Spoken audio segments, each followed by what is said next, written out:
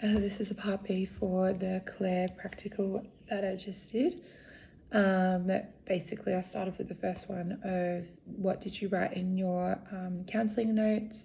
So basically with Claire, I wrote a bit more on hers. So starting off with the goals. Goals for Claire was to make a decision of either going back to work and sending her kid to kindy or staying at home. Because what she wanted the most was to make a decision or to help to come to a decision instead of what decision to go on with. So I did that for the goals. Topic discussed and outcome basically talked about topics discussed was why it is a decision. So basically why she was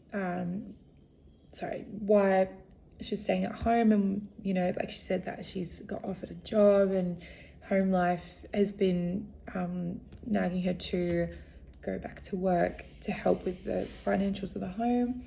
And we talked about because she mentioned like how that she felt like because this was her decision, but she didn't feel like she knew what to do because she felt like her partner was pushing her to go in one decision, and she really wanted to make it her own, but not just automatically go to that decision.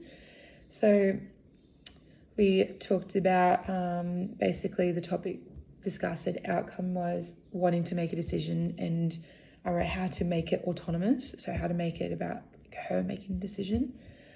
So interventions and strategies that we used were basically trying to be empathetic towards her, of more being like, this is your decision, and yes, I understand, like this would be really like a really big decision. And we used the decisional based tool of having both decisions outlined. What are the pros and cons to both? What are the costs and benefits?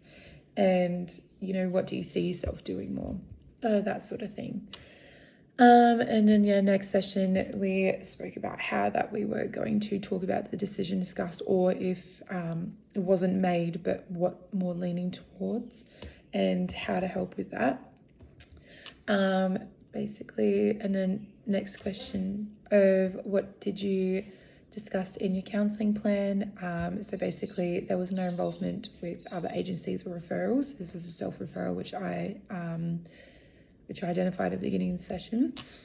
There was no special needs information, there was no safety reporting issues, as I deemed her to be safe and no risk of harm. Client's own priorities, she mentioned that she just wants to make a decision on either where to go back to work or not to go back to work, and highlighted that she needed to make a decision because of work. They're pressing on it. Observed client requirements was just basically reiterating that this is your decision. There was a bit of like, oh, this is what my partner wants, this is what my partner wants, but just clarifying her autonomy, like this is your decision, this is your child, and you can do both. You have the opportunity to do either. Goals discussed was, should I go or should I stay? I need to make the decision now. And we use the decisional based tool to talk about that, and more leaning towards going to work and why that was important to her. And the monitoring was, as I discussed, we'll evaluate in the third session. I discussed that in the beginning of the session, but and then we'll talk about it in our future sessions to see how she is going with the planning template. And basically on the last question of what didn't work or what you should have done differently or what went well, I think what went well was really discussing like the important issues of why she was here, and really discussing that this is her decision and what is right for her. As I mentioned before, I only mentioned that we will have a third session for feedback at the beginning of the session, but I didn't clarify that at the end of the session, which I should have, just to make her know that we will have a bit more of a feedback in the third session.